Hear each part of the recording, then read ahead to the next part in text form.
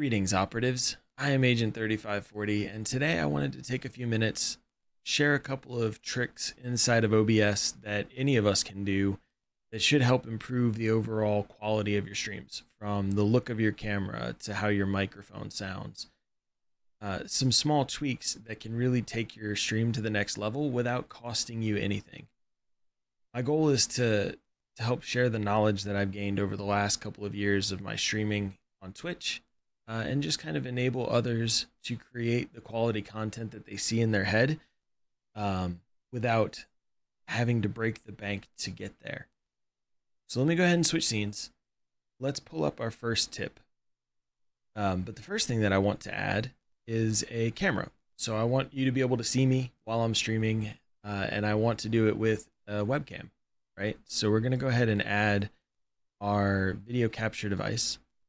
It's going to be our base webcam. So we've got a C922 Pro webcam. And this is our first tip. If you look at the camera that's on screen now, it looks kind of funny. It's this small square. It looks very washed out.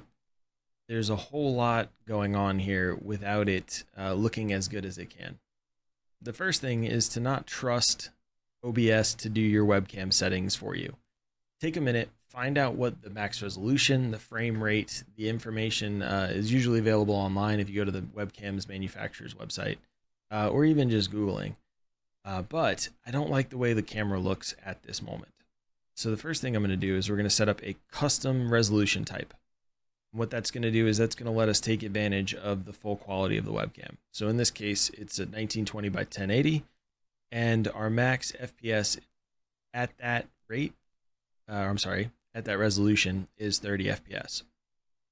So now you'll notice a couple things. One, our camera is now taking up the full screen, and it's also going to maximize the number of frames. So the video is going to look a little less jumpy.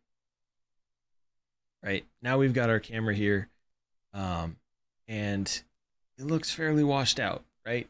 Very bright, not really what we want.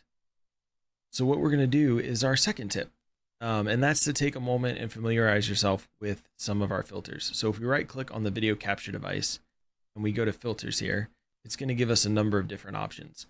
Audio video filters, effects filters. Under your effects filters, there's a color correction filter.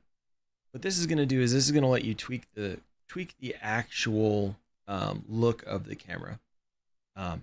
So I don't like how bright it is. I want it to look a little more natural. So I'm going to lower our contrast here a little bit, as well as our gamma. What I'll tell you here is that this is going to take some time to play with and find what looks right for you. Maybe you want a really bright camera. Maybe you want a little bit of a darker look. That's really, a personal,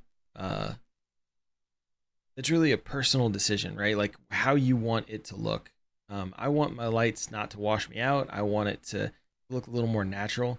So I drop those two down a little bit, and that's going to give us a solid overall appearance, right? At least for me, where I like it. Now you'll notice camera's huge, right? We can all resize the window, make it a little bit smaller. But here's a trick that I don't know if it's really well known. We see all these cameras that are like stuck up in the corner. They take up considerable amount of space. But I want the main focus of this camera to be me, right? But I don't want to make it itty bitty to fit on my screen. So what I'm going to do is if I hold down Alt on my keyboard, it will actually let you resize the borders of the window. So I can like dial it in, make it fit without making myself way too small, right? So that way I can hide up here in the corner. I'm not taking up too much space, but also to make my camera small enough to fit in the space that I want. I'm not little bitty. Tip number 4 is going to take us from video and webcam over to mic and audio. What I want to demo is how a couple of filters inside of OBS can drastically change the overall quality, the sound, the audio for your microphone. Even if you're using something a little more basic, this is what I started out using. HyperX headphones, the mic that comes with it, And of course, these less expensive microphones pick up a lot of background noise. So if you look, you can actually see my voice just with the mic sitting on my lap and how often it's triggering, even with it not being as close as my microphone here. So let me go ahead and grab this headset. Let's mess with a couple of settings, and I'm going to kind of demo the difference between the two for you. This part might get a little clunky, so bear with me. Let's go ahead and grab this headphone or this HyperX headset and throw it on here. And what we're going to notice is, like I said, the amount of noise that it's picking up is pretty extreme. If I pull up Notepad and I do a little bit of typing, what you're going to hear is the keyboard itself.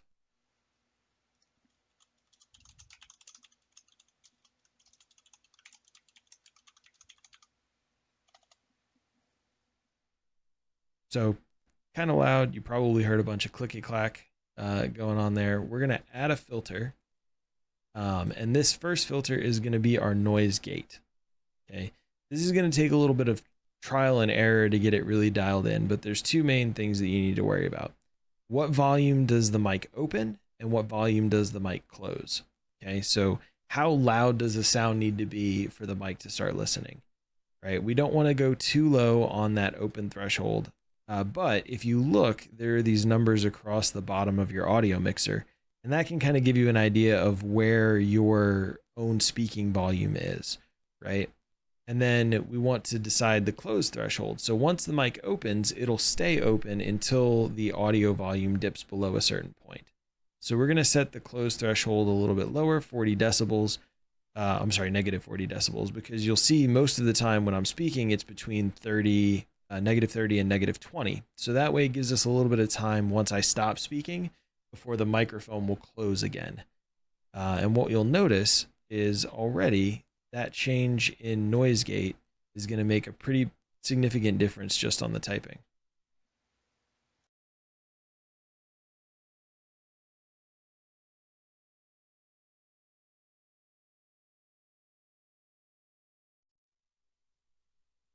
So now that we have our noise gate set up, we really want to look at another setting inside of the filters, and that's going to be noise suppression.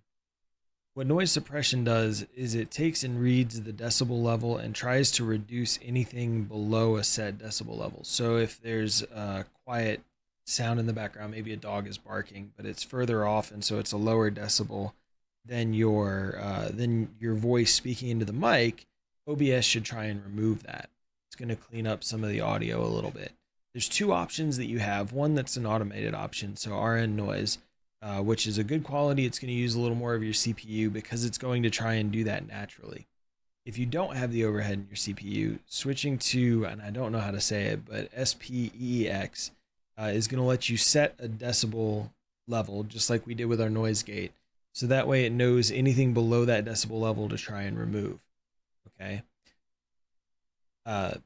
So if you don't, or if you see some audio issues with the higher CPU usage, maybe try changing to that, tweak it a little bit, and try and weed out some of that background noise so that when your mic is on, it's not just capturing everything that's out there.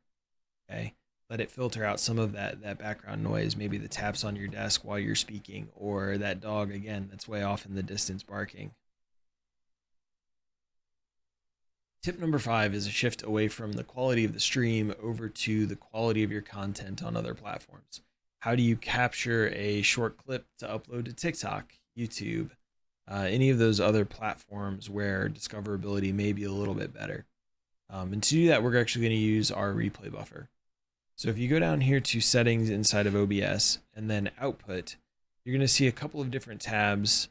And I recommend switching from simple to advanced here, because it's going to give you a little more control over a couple of different points. But what we want to do is we want to use the replay buffer. We want to enable it, and we want to determine how much maximum replay time we have. I set mine to 2 minutes. Generally, if it's a spicy fight in a video game or something else entertaining has happened, 2 minutes would be enough to capture that time. But you can adjust it. If you need more, adjust it higher. If you need less, adjust it lower. From here, what you're going to be able to do is start a replay buffer, and that's going to just hold on to those last 2 minutes for me of video. Now, while you're in the middle of playing a game, it's not always the easiest to go over and tell it to save the replay or capture that replay there. So we want to go back into our settings. We want to jump down to hotkeys. And if you look, there's a couple of different things that are going to automatically have hotkeys in there. One of them is save replay, Control F3. You can set that to whatever you want. If you have a foot pedal or something like that, you can just set that pedal up to match that hotkey. That way you can grab that clip to edit in CapCut, DaVinci Resolve, one of those other video editors, and turn it into something that you want to upload in other platforms.